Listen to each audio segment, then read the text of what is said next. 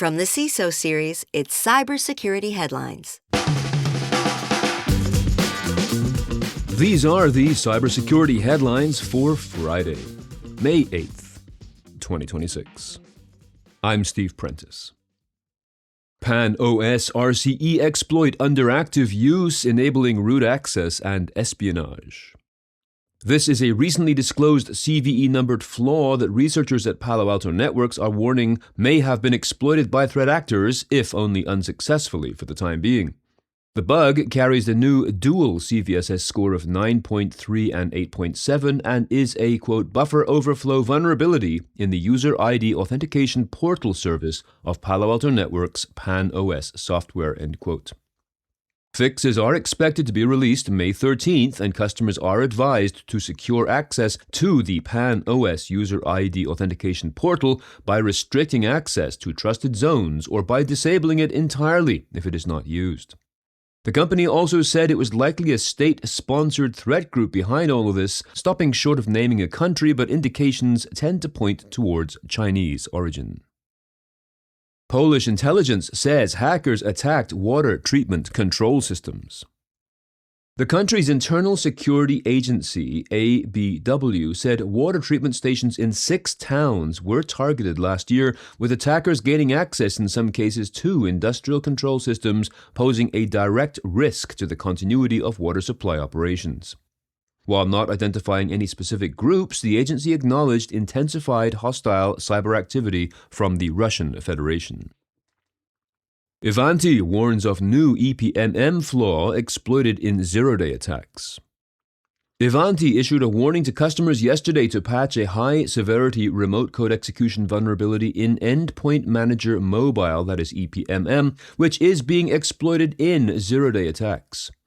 This CVE-numbered flaw stems from an improper input validation weakness that allows remote attackers with administrative privileges to execute arbitrary code on targeted systems running EPMM 12.8.00 and earlier. Ivanti is advising customers to review accounts with admin rights and rotate credentials where necessary.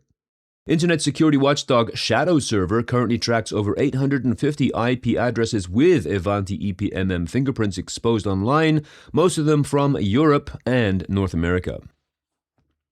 DoD contractors' API flaw exposed military data. User records and military training materials were exposed through API endpoints that lacked meaningful authorization checks, according to a report from Strix, STRIX, an open-source autonomous security testing project. The platform at the center of this is called Schemata, that is SCHEMATA. It is an AI-powered virtual training platform used in military and defense settings. According to Strix, quote, an ordinary low-privilege account was able to access data across multiple tenants, including user listings, organization records, course information, training metadata, and direct links to documents hosted on the Schemata's Amazon Web Services instances, end quote. The exposed information included names, email addresses, enrollment details, and the military bases where U.S. service members were stationed. Huge thanks to our sponsor, Vanta. Risk and regulation ramping up, and customers expect proof of security just to do business. Vanta's automation brings compliance, risk, and customer trust together on one AI-powered platform. So whether you're prepping for a SOC 2 or running an enterprise GRC program, Vanta keeps you secure and keeps your details moving. Learn more at vanta.com/CISO, that is VANTA.com/CISO. PyPy packages deliver Xi chatbot malware via APIs on Windows and Linux. Cybersecurity researchers at Kaspersky have discovered 3 packages on the Python package index, that is PyPy repository, that are, quote, designed to stealthily deliver a previously unknown malware family called Xi chatbot, that is ZI chatbot, on Windows and Linux systems, end quote. Unlike traditional malware, Xi chatbot does not communicate with a dedicated command and control server, but instead uses a series of REST APIs from the public team chat app Zulip, Z-U-L-I-P, as its C2 infrastructure, end quote.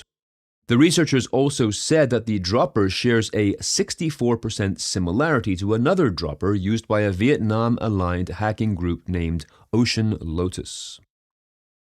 Microsoft Edge loads stored passwords in clear text, says researcher. According to Norwegian security researcher Tom Joran Sonstebysæter Rønning, Microsoft's Edge internet browser will, quote, load saved passwords into memory in plain text even when they are not being used, end quote. This is due to the fact that, quote, when a user saves passwords in Microsoft Edge, the browser decrypts each credential at startup, storing them in process memory, even when users visit sites that do not require those credentials. Yet, the browser will prompt users to re-authenticate before showing the same passwords in Password Manager UI, even though the process already stores them in clear text, end quote. Rønning pointed out in a blog post, if an attacker gains administrative access on a terminal server, they can access the memory of all logged-on user processes. When Rønning reported this behavior to Microsoft, he was told this behavior was by design. New PCP Jack worm steals credentials, cleans team PCP infections. A new malware framework called PCP Jack is, quote, stealing credentials from exposed cloud infrastructure while actively removing Team PCP's access to the systems, end quote.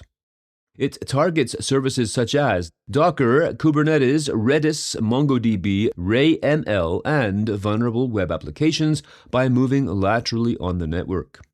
According to Sentinel Labs, PCP Jack is designed for large-scale credential theft in order to leverage financial fraud, spam operations, credential resale, or extortion. Sentinel Labs also believes that PCP Jack may have been developed by a former Team PCP affiliate or member who started their own operation.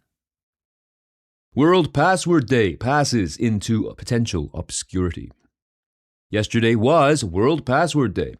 An article from Security Magazine argues that it might be the last, and recognizing the day might actually signal the beginning of the end for traditional passwords. Cybersecurity leaders interviewed in the piece say passwords echo a common refrain that they remain one of the weakest points in digital security because people often reuse them, share them, or fall victim to increasingly sophisticated AI-driven phishing attacks. Experts from companies such as Orca Security, AppFire, Imprivata, and Ping Identify used the day to confirm the future lies in passwordless authentication using biometrics, passkeys, trusted devices, and cryptographic identity systems. Remember to join us later today for Super Cyber Friday. Our topic is hacking the end of compliance, and we're going to be digging into the impacts of continuous monitoring on the compliance landscape. This all starts at 1 p.m. Eastern, so head on over to the events page at cisoseries.com to register. And we want you to share this event. If you share the registration link on LinkedIn and tag the CISO Series, we will put you in a drawing to win some awesome CISO Series swag. We hope to see you Friday at 1.